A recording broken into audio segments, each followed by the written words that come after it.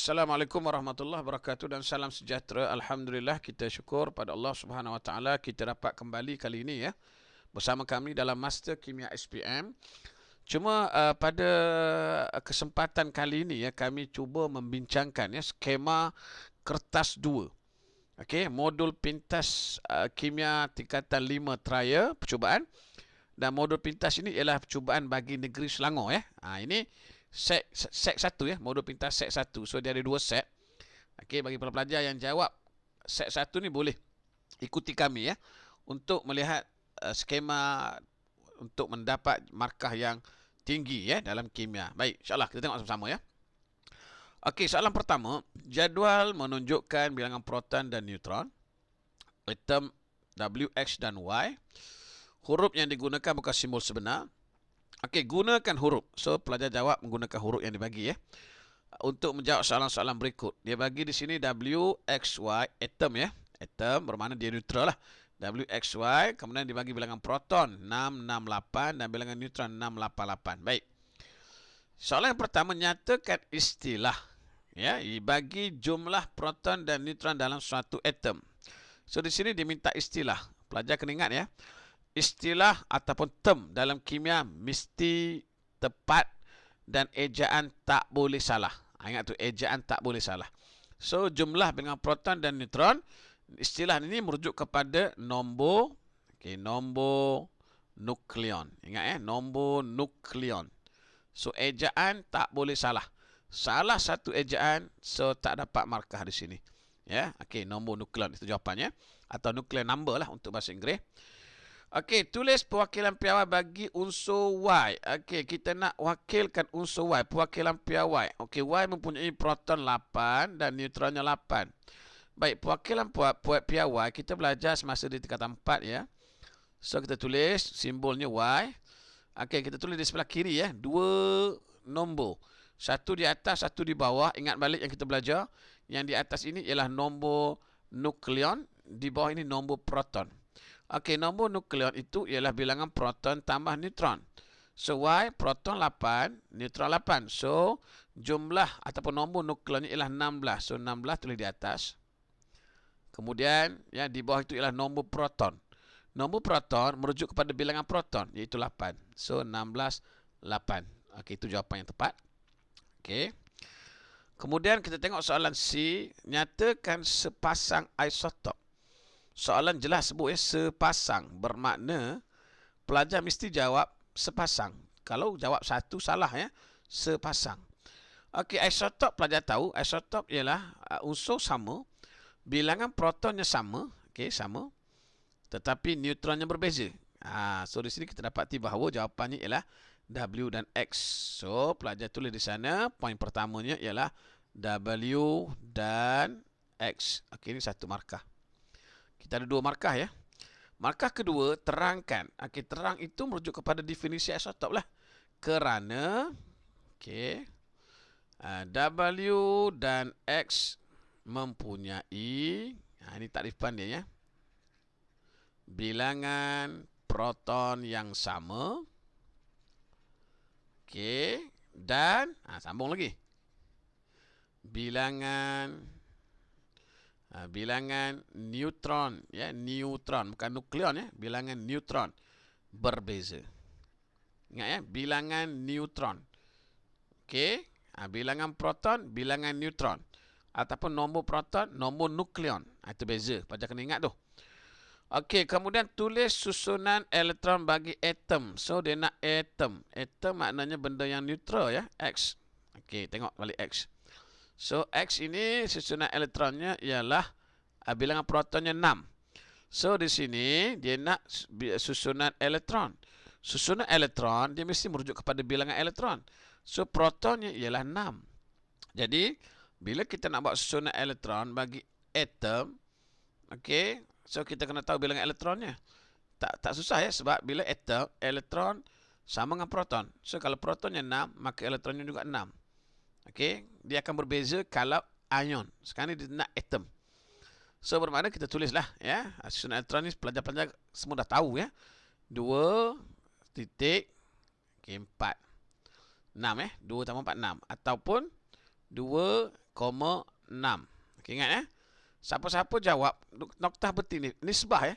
2 nisbah 2,4 bukan 6 sorry ya. 2,4 atau 2.4 atau 2,4 diterima. Siapa jawab 2,4 ataupun 2 nisbah 4. Ni ya nisbah ni. So salah. So pastikan pelajar jangan tulis nisbah ya. Okey, boleh tulis titik ataupun koma. Baik. Itu untuk soalan yang pertama. So kita ada 5 markah di sini ya. Baik, selesai. Kemudian kita tengok soalan yang kedua. Okey, ini ialah tajuk alloy ya. Pingat yang dibuat daripada gangsa. Okey. Jadi dalam kimia tingkatan 5 ini ya, pelajar hanya perlu ingat yang sangat biasa keluar dalam periksa ya. 2 jenis alloy. Kedua-duanya alloy kuprum ya. Iaitu pelajar ingat 2 ini. Yang 2 ni pelajar kena ingat sebab yang ini yang sangat biasa keluar. Iaitu kita tulis dalam bahasa Inggeris senang ingat ya. Bronze dan juga brass. Dua-duanya bermula dengan B. Kalau bahasa Melayu susah sikit ya. Loyang dan gangsa kan. Okey, ini senang. Bronze dan brass. Okey, kedua-dua ini ialah alloy bagi kuprum. Kuprum dan kuprum. Cuma apa unsur tambahannya? Okey, nak tahu unsur tambahannya senang saja. Tengok di sini Z. Bronze ada Z. So bermakna Z merujuk kepada zinc. Okey, brass ada S. S merujuk kepada stannum. Okey, zinc dan stannum. Okey, bronze, kuprum tambah apa? Okey, kita silangkan dia ya. Sebab bronze bukan kuprum dengan zinc ya. Kita silangkan dia. Bronze bermaksud kuprum tambah stannum. Kita terbalikkan dia. Ni kena terbalik ya. So untuk Z ini bukan zinc ya, stannum. Terbalikkan. Brass di sini ada SN, stannum. Okey, di sini untuk brass kuprum tambah dengan zinc. Okey, bronze ni gangsa, pelajar tahulah kan. Brass ni loyang. Okey. Itu cara nak ingat. Okey, kita kena silangkan dia. Silangkan ya. So bermakna bronze ada Z tapi bukan zinc ya. Stannum, SN. Itu cara nak ingat. Okey, baik. Ini dua alloy yang kerap keluar dalam periksa. So pelajar-pelajar ingat yang ni je. Okey, namakan unsur yang ditambah kepada kuprum. Sama tadi, kita tahu kan. Ini gangsa bronze. So bronze kat sini. So kuprum dengan stannum. So dia nak nama. So pelajar kena tulis nama ya. Stannum. Ataupun nama lain ialah tin kalau bahasa Inggeris. Ya, timah bahasa Melayu. Okey. So nama, jangan tulis apa nama ni simbol ya, SN. SN salah ya sebab ni simbol. Ya, kita nak nama.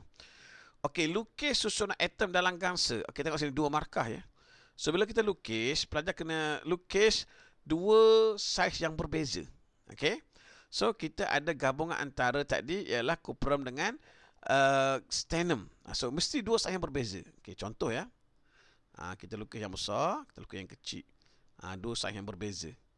Nak bezakan antara ya atom bagi kuprum dan atom bagi stannum tu tadi.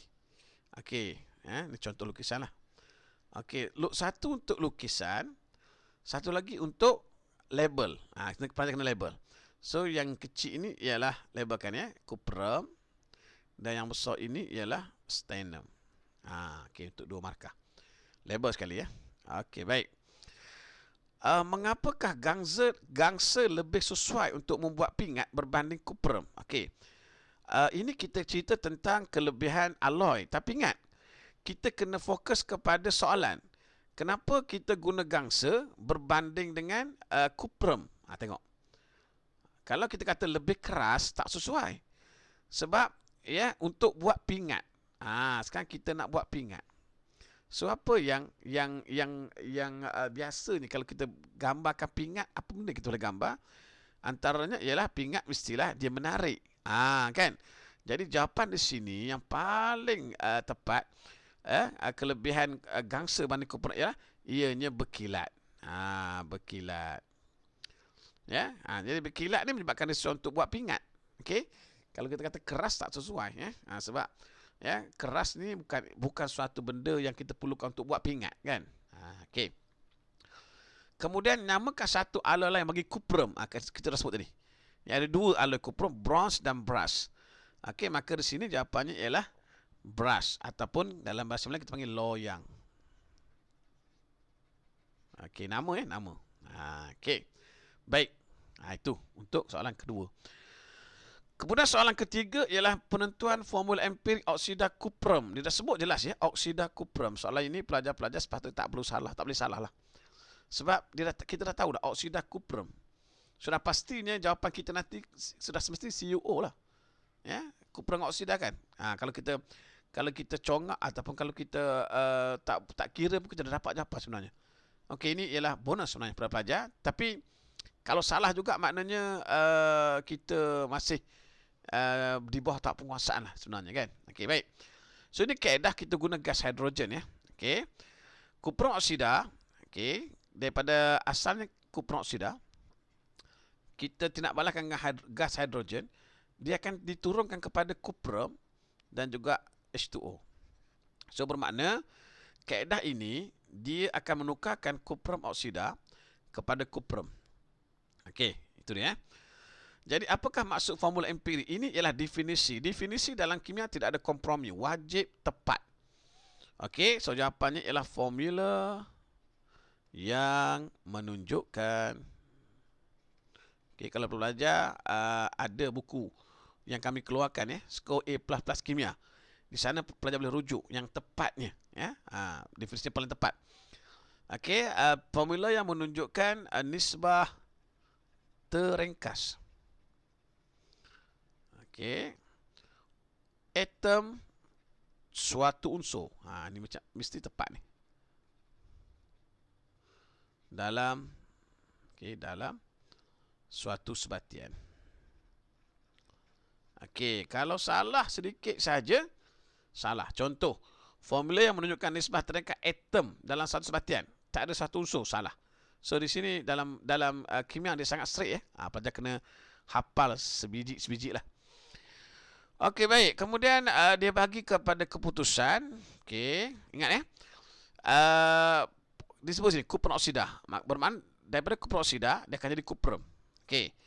So sekarang ni kita nak tentukan formula empirik kuprum oksida. So sebagaimana biasa kita buat dua kolom. Kuprum dan juga oksigen. Okey. So daripada jadual kita dapati bahawa ya, kuprum oksida tabung pembakaran kuprum oksida 151.15, kuprum tambah tabung pembakaran 147.95. Bermakna kalau pelajar tolak antara 151.15 dengan 147.95, pelajar akan dapat nanti jisim oksigen. Secara mudahnya. Jadi sebab itu dia tidak susah ini ya. So pelajar tolak terus. Kita akan dapati nanti ya, jisim oksigen bila tolak 151.15 tolak 1.4 kita akan dapat jawapannya ialah 3.2. 3.2. Untuk oksigen 3.2. Okey, untuk kuprum pula senang saja. Okey, di sini kita ada kuprum, copper ya. Di sini tabung pembakaran saja. Bermakna yang ini tolak yang ini. Tolak. Kita nak dapatkan jisim kuprum. So sudah pastinya kuprum tolak dengan tiap pembakaran. Dapatlah kuprum. So 147.95 tolak 135.15, kita akan dapat jisim kuprum, iaitu 12.8. Okey. Okey, untuk cari formula empirik kita kena cari mol. Okey, mol kita bagi GR dia 64, kuprum, oksigen ialah 16. So pelajar bahagi guna kalkulator, kita akan dapat jawapannya 0.2. Di sini pun 0.2. So bermakna rasionya nanti ialah 1:1. Okey, bermakna jawapannya ialah Cu1O1. Okey, ini jawapan dia. So di sini pelajar dapat 4 markah secara mudah sebenarnya. Okey, baik. Okey, terangkan formula empirik bagi magnesium oksida tak boleh ditentukan dengan menggunakan kaedah yang sama. Ingat ya. Bila magnesium oksida kita guna kaedah pembakaran dalam makmal kita bakar ya, iaitu daripada logam kita bakar dengan oksigen, dia akan dapat nanti logam oksida. Ini yang kita buat untuk magnesium ya. Jadi kaedah yang kita buat kat sini ni tak sesuai. Kenapa? Maka jawapannya kerana apa? Kerana magnesium lebih reaktif. Reaktif daripada hidrogen. Ya, lebih hidrogen. Dalam siri kereaktifan. Ini pelajar kena rujuk sini kereaktifan ya. So nanti kalau kita panjang pula ceritanya. Pelajar rujuk sini kereaktifan yang pelajar belajar semasa di tingkatan 3 ya. Itu jawapan yang paling tepat. Baik, itu untuk soalan yang ketiga. Kemudian kita tengok soalan yang keempat. Okey, kita akan bincang 4 soalan. Kemudian kita akan bincang 4 lagi soalan pada siri yang kedua ya. Okey, baik. Dia bagi bentuk simbol A, B, C, D, E, F. Ya. Okey. Gunakan huruf tersebut. Sama kita guna saja huruf yang diberi. Walaupun dalam peperiksaan jadual kalau dikepilkan. Ya, dilampirkan di belakang. Tapi tak perlu. Tengok pun sebenarnya. Nak jawab soalan macam ni ya. Okey, unsur A dan E boleh ditambah dengan gas dia membentuk pepejal putih. Okey, A dan E ni kita tahu ini kumpulan 1. Okey, ini kumpulan 18. Ini kumpulan 17. Kumpulan 16. So, begitulah seterusnya. Okey, antara unsur A dan E yang manakah lebih reaktif? Okey, soalan satu markah saja. Soalan tanya mana lebih reaktif. So, sudah pasti kumpulan 1 kita tahu semakin menuruni kumpulan, maka kereaktifannya bertambah. Jadi, jawapannya mudah saja. Kita jawab direct ya. A dan E, mana lebih reaktif? So, jawapannya ialah E. Sudah. Tak perlu buat ayat panjang-panjang. Unsur yang lebih reaktif ialah E. Tak payah. Terus jawab E. Straight to the point. Okey, selesai. Kemudian terangkan jawapan anda. Okey. Terangkan jawapan anda ni ramai pelajar yang tak dapat markah penuh. Okey, penerangan kita mesti merujuk kepada A dan E. Kita tak mau sebut dalam kumpulan. Tak mau. Sebab ramai pelajar jawab apabila menuruni kumpulan. Tak mau itu. Perbincangan jawapan kita mesti merujuk kepada A dan E. A ke atas, E kat bawah. Okey. So, 2 markah. Markah yang pertama, kalau kita nak jawab markah penuh ya. So, markah yang pertamanya kita kena sebut dari segi daya tarikan. Okey. Saiz pun boleh. Daya tarikan senang. Daya tarikan. Okey. Antara apa dan apa kena sebut? Antara elektron, valence dan nukleus. Okey, nukleus kita tahu bercas positif, elektron valence bercas negatif. Dia ada daya tarikan. Okey, dalam atom E lebih lemah daripada atom A. Tengok kita sebut dulu E dan A. Kenapa lebih lemah? Sebab saiz atom E lebih besar. Bila saiz atom E lebih besar, jarak antara nukleus dengan elektron valence lebih jauh.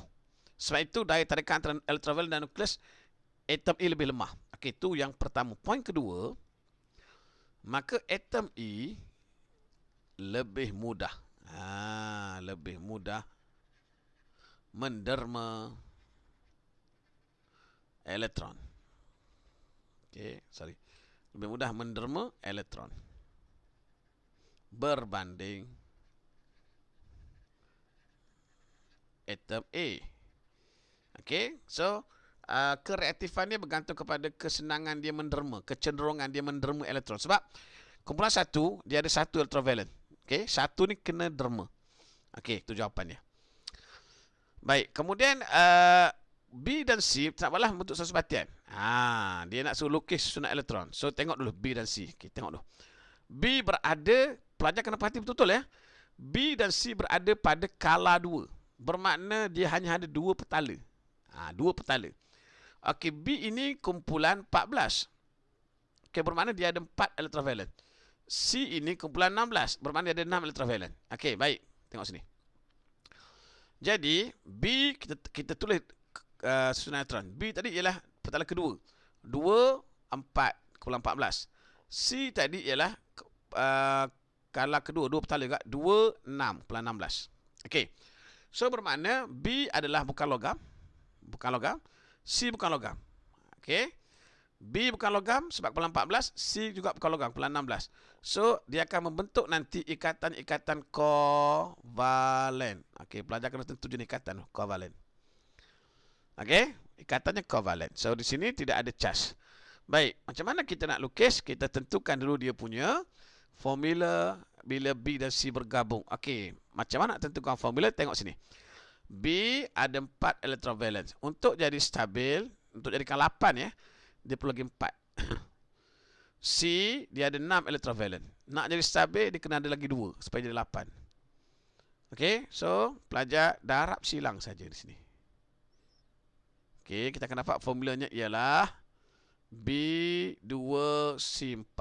Okey, tapi kita kena kecilkan ya. Kita akan dapat sini BC2. Okey, inilah jawapan yang kita perlu lukis. Okey, BC2. Okey, bermakna nanti pelajar akan lukis B ada 1, C ada 2. Okey, kita lukis B dulu. Ingat, bila kita lukis mesti ada nukleus. Okey, ini nukleus. Kemudian petala pertama ada 2.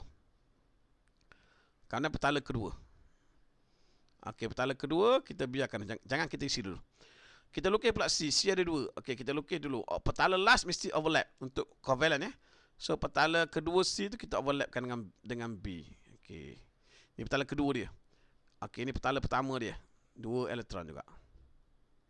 Okey, dan ini ialah dia punya nukleus C. So C ada 2. Pelajar lukis 2 lah. Okey, lukis 2 ya. Overlapkan petala last. Okey, pelajar boleh lukis lawa-lawa lah ya. Saya nak cepat. Okey, petala pertama ada 2. Okey, kemudian dia ada nukleus. Okey, baik. Sekarang kita lengkapkan bilangan elektrovalen setiap unsur. Tengok ya. So, kita tengok B dulu. Okey, B. B ada 4 elektron valence. Okey, ada 4 elektron valence. Dan 4 elektron yang dia kongsi. Okey, elektron valence yang 4 dan 4 tu berkongsi. Bermakna yang tidak berkongsi tak ada. Dia berkongsi 4 dengan 2C. Bermakna setiap C dapat 2. So, yang berkongsi kita letak kat tempat overlap ni ya. 1, 2. Okey, nak senang kita hitamkanlah 1 supaya nampak jelas. Okey, yang hitam ni makna elektron daripada B. Okey, sini pun 2 ya. Okey, ini B. B 2 4. 1 2 4 dah selesai. Okey, C dia ada 6 elektron valence. Daripada 6, 2 yang dia kongsi. Bermakna yang tak kongsi 4. 4 dia tak kongsi. So, yang 4 ni kita tulis di luar ni. Kita lukis di luar. 1, 2, 3, 4. Untuk C ya, ni pun sama. 1, 2, 3, 4. Nampak? Okey, 2 dia kongsi. 2 yang kongsi tak kat dalam overlap ni. 1, 2. Ini untuk C yang ni. C yang ni pun samalah. 1, 2. Bermakna di sini dia membentuk ikatan double bond ya. Double bond. Dia berkongsi. Tengok di sini kita ada 4 ya, elektron. Dia berkongsi 2 pasang. Okey, itu jawapan yang paling tepat. Ya. Baik. Kemudian jelaskan mengapa sebab tersebut sesuai digunakan untuk memadam kebakaran melibatkan palat elektrik. Yang ini kita tengok macam soalan agak susah, tapi senang saja. Ya. Jadi jawapannya covalent, maka dia covalent maksudnya dia tidak boleh. Ya, sebabnya tidak boleh mengkonduksikan arus. Okey, mengkonduksikan arus dalam semua keadaan. Okey, dalam semua keadaan. Itu jawapan dia. Okey, kemudian ini pun senang. Unsur F. Okey, F ni ialah kalau kita tengok sini, ini ialah kumpulan unsur peralihan ya, unsur peralihan. Unsur peralihan. So, F digunakan proses Haber. Okey, meningkatkan kadar pengeluaran amonia. Nyatakan satu ciri istimewa lain bagi unsur F. Okey, yang ini macam-macam lah. Ada 4 ciri istimewa unsur peralihan. Pelajar boleh jawab macam-macam. Yang pertamanya boleh jawab menghasilkan sebatian berwarna. Menghasilkan sebatian berwarna. Ataupun membentuk ion kompleks. Okey, kita ada 4 tu ciri logam peralihan ya. Pelajar ingat baliklah. Ataupun yang ketiganya boleh juga mempunyai lebih daripada 1 nombor pengoksidaan. Itu ada 4. Jawablah mana-mana satu untuk dapat 1 markah di sini. Okey, baik. Kita sempat bincang 4 soalan. Kita akan bincang lagi 4 soalan dalam siri kita yang akan datang. So, jangan lupa terus bersama kami dalam Master Kimia SPM. Sekian. Assalamualaikum warahmatullahi wabarakatuh.